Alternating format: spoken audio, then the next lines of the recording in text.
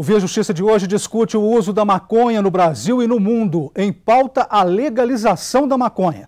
Nossos convidados, a juíza Andréia de Miranda Costa, da 2ª Vara de Tóxicos de Belo Horizonte, e Anderson Marques, presidente da Comissão de Assuntos Penitenciários da OAB de Minas Gerais. Numa parceria da TV Assembleia com a Mages, Associação dos Magistrados Mineiros, o Via Justiça está começando.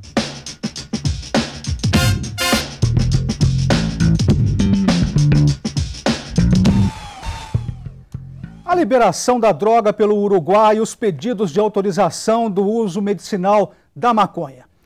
Doutora Andréia, a maconha deve ou não ser legalizada? Por que a maconha é ilegal? Bom, o que eu penso, em primeira ótica, a minha resposta é não. Eu entendo que ela não deva ser legalizada para fins recreativos. Quanto à questão medicinal, desde que comprovada a necessidade, eu penso que, obviamente, isso não deve ser um empecilho para o avanço da medicina e para a cura daquela pessoa que enfrenta um mal. Agora, no que diz respeito ao uso recreativo, sim, eu sou contra. A maconha, ela traz inúmeros problemas para a saúde. Obviamente que os médicos e aqueles que detêm conhecimento técnico para isso podem fazer o contraponto. Mas existem estudos que indicam que ela causa problemas, aumenta a questão da agressividade, ela traz a questão da dependência, pode trazer, aumentar, aqueles que já têm um transtorno psiquiátrico, pode aumentar. Há estudos que indicam também que ela pode possuir, aumentar a questão da substância cancerígena, enfim. Tudo isso traz um mal, questão médica, mas tem um lado social também, porque em nenhum momento nós podemos dizer que a liberação da maconha vai extirpar o crime, a criminalidade. Vamos falar sobre isso durante o decorrer do programa, detalhando mais essas questões, doutor André. E o senhor, doutor Anderson, como é que veio a questão? Por que a maconha é ilegal? Por causa desses males de saúde? Não, por causa desses males e por causa da dependência química que essa droga traz para a sociedade, para o indivíduo. Então, eu também sou contra, concordo com o doutor André, sou contra a legalização da maconha. Eu acho que para o fim recreativo não deveria existir. Mas para o fim medicinal, os seus compostos da maconha, tem sim, nós temos que buscar os benefícios que aquela droga, aquela substância traz para o indivíduo que está com o seu problema de saúde e a melhorar, fazer com que a medicina melhore e caminhe para as doenças cancerígenas. A AIDS também, os compostos da maconha também são utilizados no tratamento da AIDS, que é um dos males, câncer e AIDS, é um dos males que vem acarretando na sociedade. Vamos ver agora a opinião popular em Belo Horizonte. Quem é a favor, quem é contra a legalização da maconha? A legalização é uma faca de dois gumes. Tanto ela pode fazer bem como ela pode fazer mal. Se ela não for muito bem indicada, ela vai trazer mais transtorno do que benefício.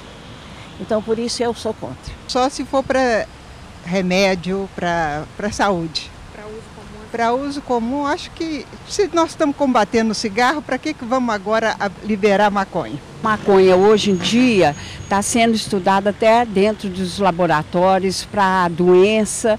Então eu acho que essa liberação da maconha vai depender de como será o uso, para quê e para onde será dirigida. Então a princípio eu sou muito a favor, sim. A maconha é o principal sustento do tráfico, né?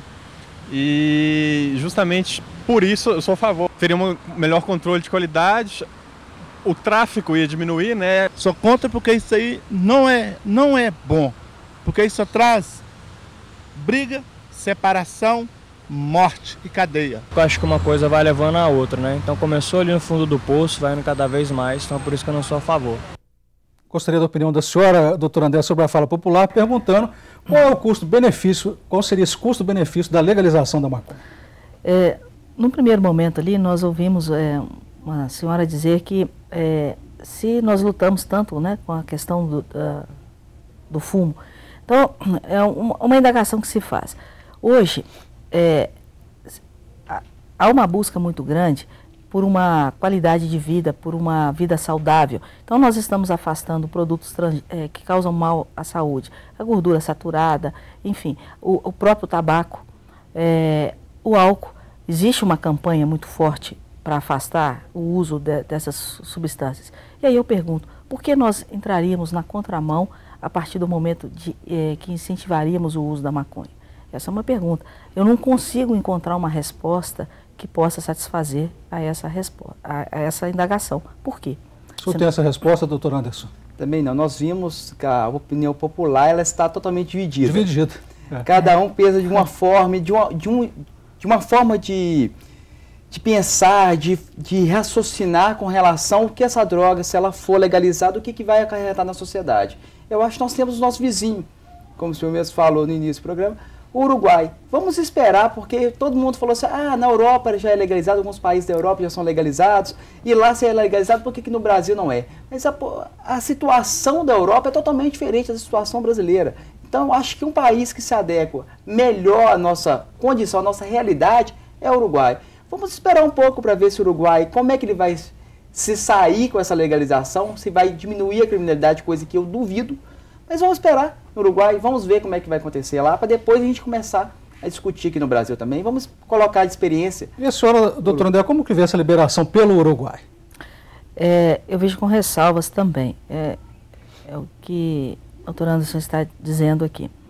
Nós não temos ainda informações de como está acontecendo, mas nos países em que a maconha foi liberada, não existe em absoluto informações concretas e fidedignas no sentido de que houve a erradicação ou pelo menos uma redução drástica dos outros crimes.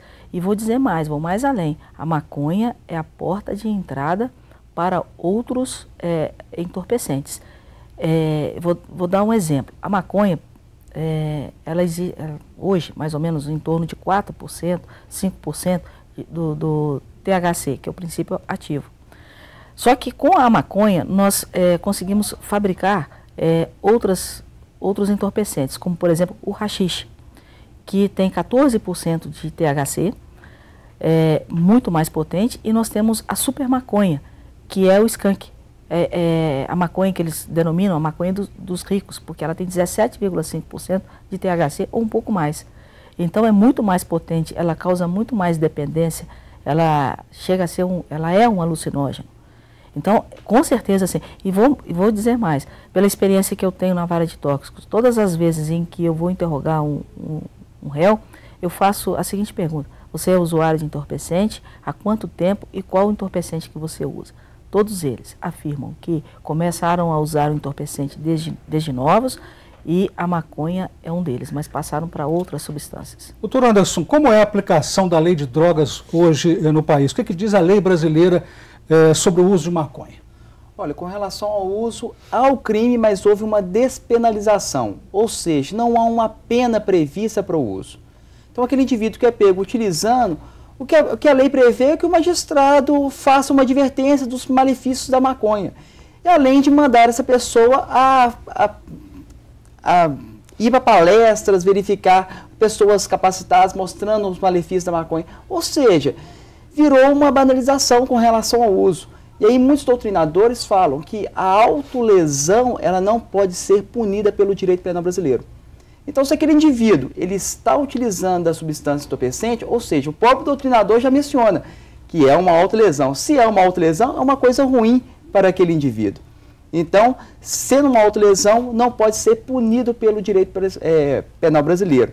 Então, por esse motivo, há essa advertência com relação ao uso da droga. É verdade, doutor André, que a lei de tóxicos é liberal com o usuário e deixa a desejar em relação ao traficante? Eu diria que sim. É óbvio que você não pode colocar o usuário nas mesmas condições de um traficante.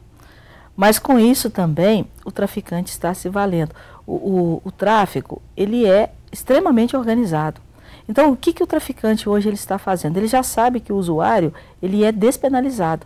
Então, hoje você não consegue pegar o traficante, flagrá-lo com uma quantidade elevada de entorpecente, justamente para ele tentar, na sua defesa, usar a técnica de que é usuário. O Via Justiça faz um rápido intervalo e voltamos em instantes.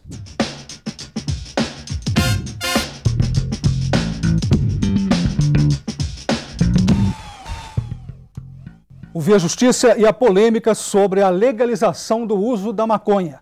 Participam do programa a juíza Andréia de Miranda Costa, da 2ª Vara de Tóxicos de Belo Horizonte, e Anderson Marques, presidente da Comissão de Assuntos Penitenciários da OAB de Minas Gerais. Doutor Anderson, como que surgiu a campanha pela legalização da maconha? Olha, as pessoas foram às ruas pedindo, né, que fosse legalizado. E o STF decidiu que é possível essa marcha da maconha, marcha da liberação da maconha, porque não estava tendo, entenderam ali naquele momento que não era uma apologia ao crime, entenderam que era uma livre manifestação da vontade daquelas pessoas. Então, o Supremo, nosso órgão maior do Poder Judiciário brasileiro, decidiu que aquelas pessoas poderiam sim ir às ruas e manifestar pacificamente com relação à liberação da maconha. E quais são os projetos já apresentados ao Congresso Nacional e como está o andamento deles pela liberação? Olha, nós temos o projeto, nós estávamos conversando com a doutora Andréia, o projeto do Jean Williams, que manifesta com relação à pessoa que utiliza maconha não é passível nem de crime mais. E o traficante que comercializa apenas a maconha também não seria punido. Então, nosso projeto está parado, eu acho que não vai dar prosseguimento a esse projeto, porque senão estariam falando que o poder seria paralelo. Ou seja, se for liberar, o Estado tem que tomar conta dessa liberação e fornecer, inclusive, como nos outros países, mensurar com relação à quantidade de drogas que aquela pessoa pode utilizar por semana ou por mês. Doutora Andréia, por que o Estado é incapaz de combater o vício da maconha? Por que a política vigente de repressão às drogas não tem sido eficaz? Eu penso que a questão não é só na questão de combater as drogas propriamente dita. O principal é um pouco mais além. Nós precisamos incentivar o jovem a ter uma outra atividade, a trabalhar, a praticar esportes, enfim, a evitar a ociosidade. Porque se você entrar hoje num aglomerado, numa comunidade, por assim dizer, não é que hoje é o termo correto, você vai encontrar muitos jovens ociosos que não estudam, que não trabalham, que não praticam um esporte. E isso faz ele se voltar para outra atividade, em busca do lucro fácil, daquela ânsia em conseguir um boné novo, uma roupa nova de marca, uma moto, um carro, o consumismo. E o Estado, posteriormente, ele precisa de incentivos, eu diria financeiros, para que ele possa combater o tráfico já na sua fase já da criminalidade, porque o tráfico é organizado e a polícia precisa de investimentos, porque investir na inteligência, porque só assim nós conseguiremos combater o tráfico. Vamos ver agora a opinião do deputado Carlos Mosconi, presidente da Comissão de Saúde da Assembleia Legislativa de Minas Gerais, sobre o tema. Eu defendo ardorosamente o uso da maconha para fins medicinais. Por quê? Porque ela já tem sido usada em alguns países com sucesso comprovado, que ela é muito útil, principalmente em alguns problemas neurológicos. Aqui mesmo no Brasil nós já tivemos comprovação disso. Então eu acho que isso não deve ter maiores delongas, não. A questão da legalização envolve da maconha no país. Aí envolve uma discussão muito mais ampla, que eu acho que nós estamos apenas começando e não sei quanto tempo isso vai durar. Doutora André, a legalização da maconha pode significar prejuízo à saúde pública? Eu diria em termos medicinais, não. Óbvio que não. Mas em termos recreativos, eu penso que sim. Nós temos uma convivência, eu diria, razoável com os males que o uso da droga vem causando. E como eu disse anteriormente, começa com a maconha e aí nós vamos estendendo para drogas mais pesadas. Nunca vai ficar só na maconha. Isso é um ledo engano. Liberar a maconha, doutor Anderson, vai aumentar o consumo da droga? Olha, eu acredito que sim. Porque você liberando, e aí vai a questão da idade também. Vamos liberar a partir de qual idade? 18 anos, 16 anos? Qual seria a idade que seria para poder que o Estado liberaria o uso dessa maconha? E essas pessoas iriam nas festas e começariam a ver a questão do uso das outras pessoas e vão querer usar. É igual a questão do álcool mesmo. O álcool é para as pessoas acima de 18 anos, maiores de idade. adolescentes vão nas festas, veem os adultos usando essa bebida, querem beber também, querem conhecer, querem experimentar. E aí, como a doutora Andréia mesmo falou, vão começar a utilizar maconha e a porta de entrada. Vão passar por o crack, para a cocaína e para as outras drogas. E isso vai aumentar, sim, a questão do uso, não só da maconha, mas como também das outras drogas. A senhora imagine uma situação de liberação numa escola pública, por exemplo, ou em qualquer escola, como é que a senhora vê? Como é que seria esse cenário? Eu vou dar um exemplo aqui. Há cerca de um mês atrás, fazendo um interrogatório de uma jovem de 19, 20 anos, com uma filha de 1 ano e pouco em casa, presa por tráfico, já na segunda vez, 3 meses. Perguntei para ela como que ela aprendeu a usar drogas. Ela disse que foi na porta do colégio. Começou com a maconha e depois passou para drogas mais pesadas. Hoje ela usa crack. E assim sucessivamente. Vamos falar então, doutor André, sobre os efeitos da maconha em relação à segurança pública. Qual é a relação entre a maconha e a desagregação social? A legalização da maconha pode trazer sérios problemas sociais? Com certeza. Vamos voltar. Nos países em que ela é legalizada, por exemplo, em alguns COFs, é possível usar a maconha na Europa. Você usa dentro do estabelecimento. Perfeito. Só que quando você sai, as pessoas oferecem, os traficantes oferecem heroína, oferecem haxixe, cocaína, todo tipo de droga para as pessoas lá fora. Então, isso já demonstra que a pessoa não vai ficar exclusivamente na maconha. E em busca do dinheiro para a aquisição das drogas, aí vem um outro problema também, vem o cometimento dos outros crimes, furtos, roubos, vem a desagregação familiar. Nós já sabemos o álcool, o mal que ele causa à família. Só aquele que possui um familiar dependente químico é que sabe daquilo que eu estou falando. Doutor Anderson, o senhor como presidente da Comissão de Assuntos Penitenciários, é verdade que a repressão, como é feita hoje, tem resultado no aumento de violência e consumo? Sim, com certeza. Eu acho que nós estamos vivendo num país onde as cadeias, que me perdoem os administradores, mas ali parece que são animais que estão ali dentro. Ninguém trata o ser humano como ele deveria ser tratado. Então, o que vem pior, as pessoas usuárias que estão traficando para poder manter o seu vício, vão ao cárcere, chega lá, elas ficam completamente surtadas, por assim dizer. Elas querem porque querem voltar a usar aquela substância, porque foi privado. E aí leva essas pessoas a pedir aos seus familiares, no momento das visitas, a levar as substâncias lá, não para ele poder ganhar dinheiro, mas sim para ele poder continuar a ficar mais calmo e mais tranquilo, porque quando a pessoa ela para de usar aquela substância, ela fica louca e acontece um transtorno dentro daquela unidade prisional. O Via Justiça faz mais um intervalo e voltamos em seguida com o bloco final do programa.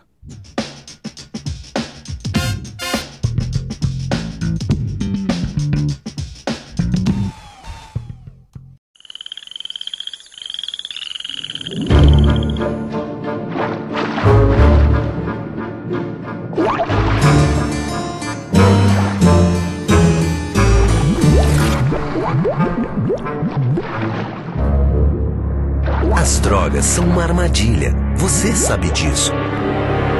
Seu filho não. Converse com ele. O diálogo é a melhor forma de afastar o perigo das drogas. Quando uma pessoa provoca alguém como ele na rua, não tem ideia do que ele é capaz. Sou capaz de deixar pra lá. Minha vida vale muito mais do que qualquer briga ou discussão. No Brasil, milhares de pessoas são mortas por motivos fúteis. Conte até 10. A raiva passa e a vida fica. Paz. Essa é a atitude. Uma campanha do Conselho Nacional do Ministério Público e ENASP. Quando você passa por um momento difícil, como enfrentar um linfoma, dá valor a toda ajuda que recebe. Eu agradeço de coração todo mundo que me ajudou. Mas é importante lembrar das pessoas que ainda precisam ser ajudadas. E você pode ajudar entrando no movimento contra o linfoma. Acesse Quem Ajuda Amigo É e seja meu amigo.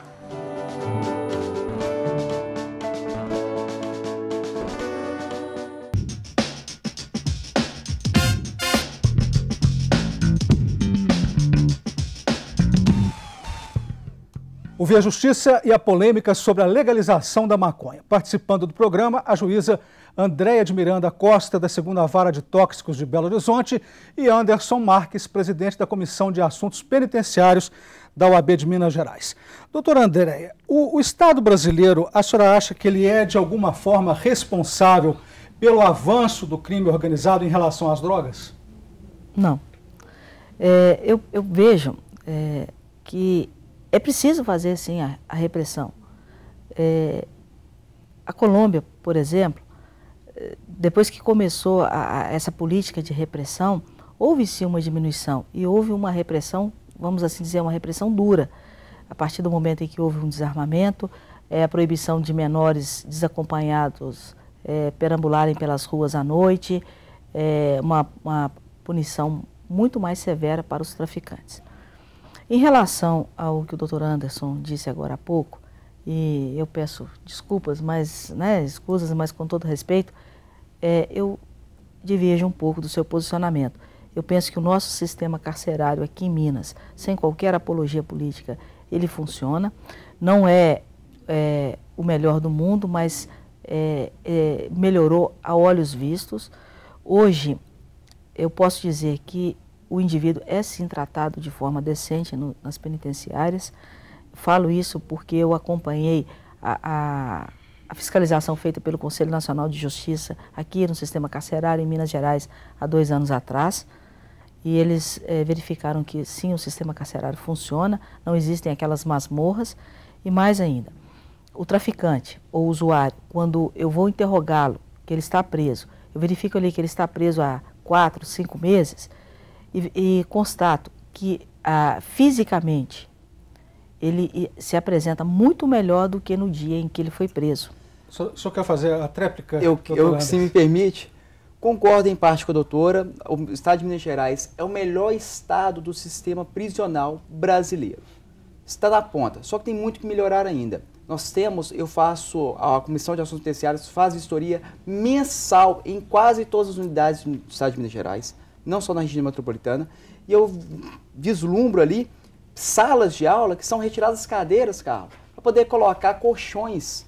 Ratos perambulando durante o lazer dos detentos é a pescaria de rato. Pescar rato é o lazer das pessoas que estão detidas.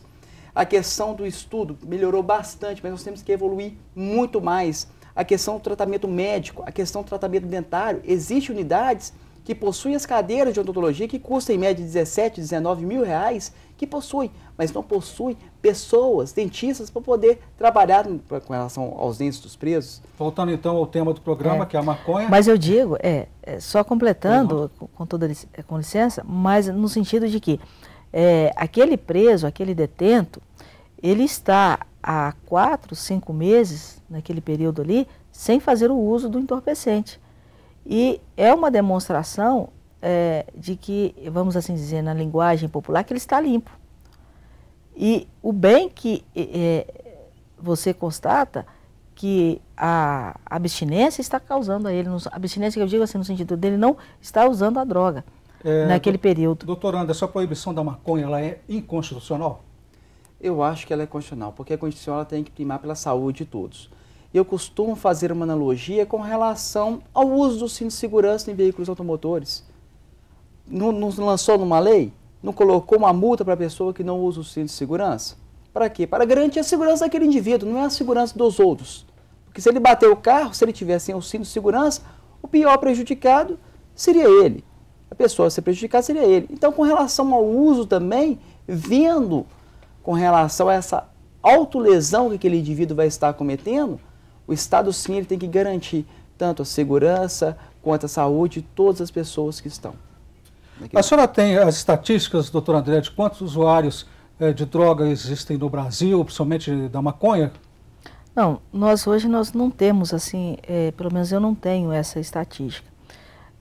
E é difícil, eu penso, você analisar a questão sobre números, porque, como eu disse anteriormente, hoje o traficante, ele se vale dessa condição para tentar fugir da punição, dizendo que aquele entorpecente encontrado com ele é para uso próprio, o que seria, né, tese aceitável, é a tese que ele apresenta. Vamos para as considerações finais. Pergunto para o senhor, doutor Anderson, a sociedade brasileira apoia ou não apoia a legalização da maconha? Quais seriam os mecanismos que deveriam ser criados para desestimular o uso das drogas? Bom, Carlos, nós vimos aí que a população está totalmente dividida. Pessoas que querem a legalização, pessoas que não querem a legalização. Eu, particularmente, sou a favor da legalização da maconha para fins medicinais, para aquelas pessoas que possam utilizar. Já estudiosos do assunto já mencionaram que utilizar a maconha da forma recreativa, da forma como é utilizada pelos usuários, só traz malefícios e não benefícios para aquele indivíduo. Mas sim, nós temos componentes dessa substância entorpecente que são boas para os fins medicinais. Então eu acredito sim que nós temos que dividir isso, legalizar para fins medicinais e proibir para fins recreativos. Muito obrigado ao senhor pela participação e a senhora também, doutora Andréia, pela participação. O Vê a Justiça de hoje termina aqui. Este programa é uma parceria da TV Assembleia com a AMAGES, Associação dos Magistrados Mineiros. Até o nosso próximo encontro.